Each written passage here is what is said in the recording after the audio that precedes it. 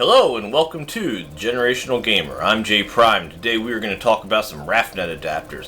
Raphnet was kind enough to send them to me, so let's give them a try. Welcome to the Generational Gamer. First one I got was the classic controller to SNES adapter, and the second one was an SNES adapter to a Nintendo adapter. So we're going to give them a try. I first learned about Raphnet when I was looking for a reasonable way to play GameCube controllers on my N64, and then that's when I was able to find this one, which I bought, and I really like it. I already did a video on that, but I may do another one with a little bit more detail. I really like this thing, highly encourage it.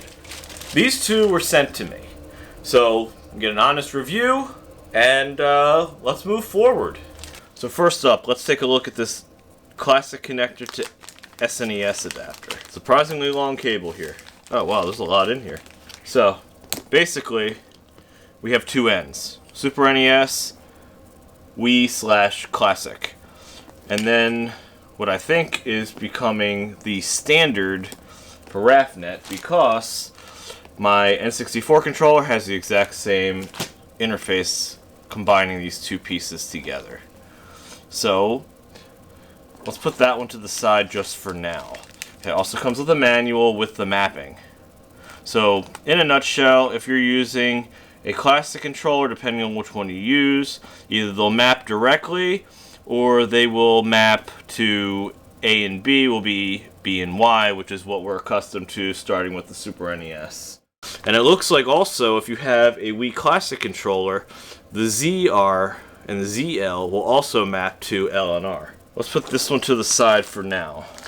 Now, we've got the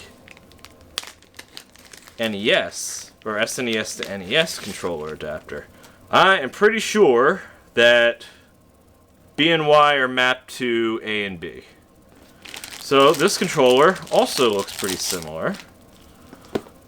You've got the nice long wire, Super NES cable adapter, NES adapter, and then the box. So this is how I want to test it. We have an NES Classic with its infinitely short cable. There you go. There you go. That's it. So you got that. A regular Super NES controller. A Super NES Classic controller, and then we'll also try it with an extension cable and just see how everything works. My test game for this is going to be Teenage Mutant Ninja Turtles: Turtles in Time. Alright, so the game is in, the controller is plugged in. Let's try the one it was actually designed for first. So there's the Super NES Classic Condition controller. Powered on using the Raphnet adapter and the Super NES Classic controller. Start seems to work. Yeah, cowabunga. All the keys seem to be working. I'll be Donatello because he's a nerd. Yeah, something happens in every one of these games. Alright.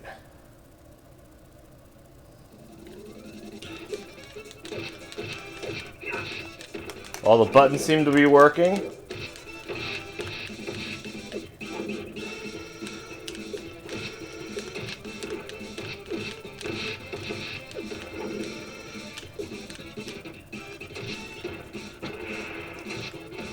Yep.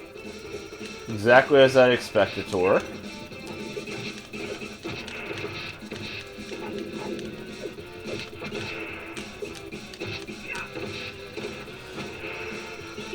Select is actually the button to pause it here.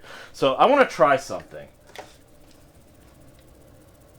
I have this 8-bit Do controller, and I really like it because it's wireless. What if this can be wireless? Let's give it a try.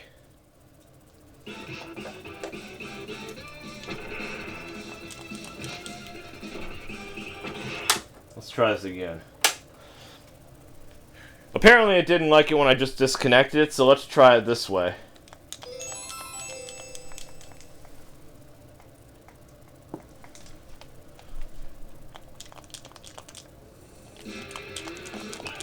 Alright, the 8-bit do controller doesn't seem to do much of anything, which I guess is expected. It's not a supported controller. The blue light is on. It is bound with this one, so we should expect that. Let's disconnect that. Let's try the other 8-bit do controller. That one. Not that one. That would be the NES version. It's on. Oh, this one actually responds. Yeah. So the 8-bit do for the NES responds.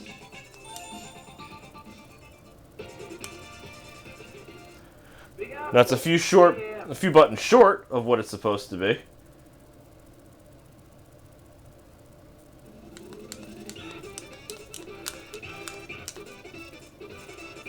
Turbo seems to work. You only got one button because you don't have the one you need. You know what? I wonder if the Super NES version just needs to be recharged. We'll have to try that. I don't think it's coincidence. I think it's just the fact that the Super NES wireless aren't working, because the minute I plug this one back in, everything's working again. Yep. Absolutely perfect, exactly what you expected it to do. But before I post this video, I will charge those and make sure that they are in fact working. Because this one's working exactly as I expected it to. Let's see if we can get some of that Mode 7 graphics up that they were so...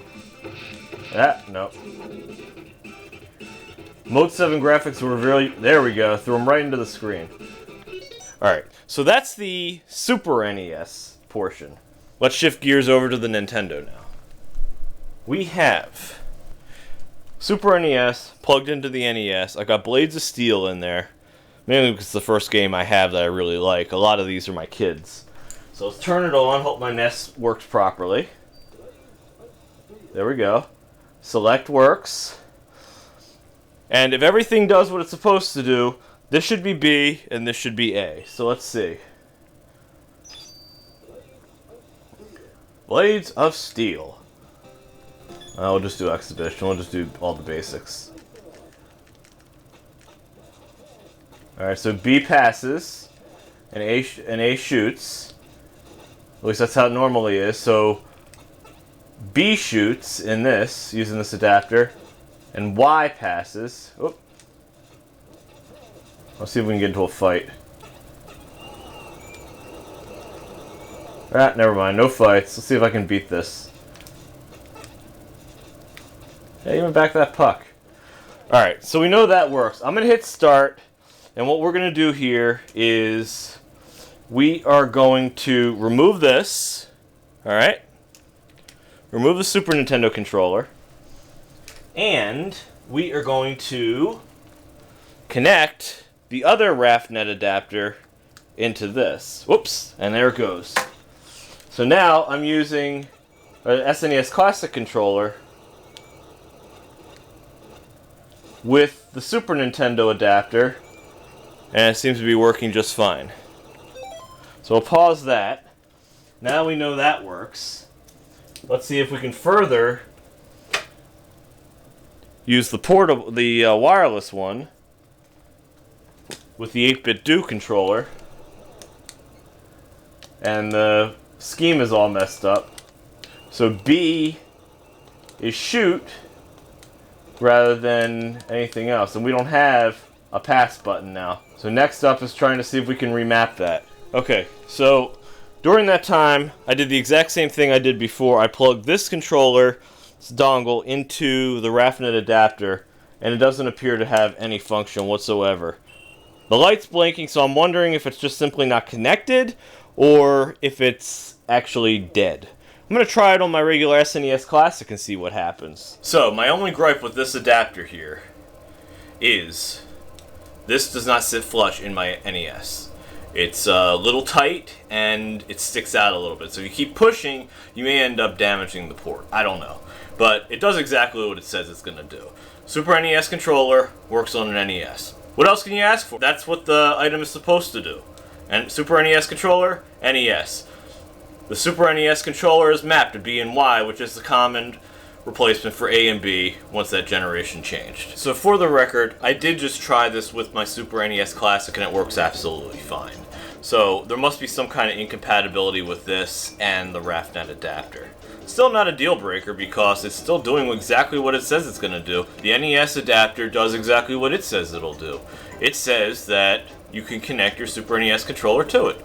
So this doesn't work, but my regular SNES controller works. I can even use my SNES Classic controller.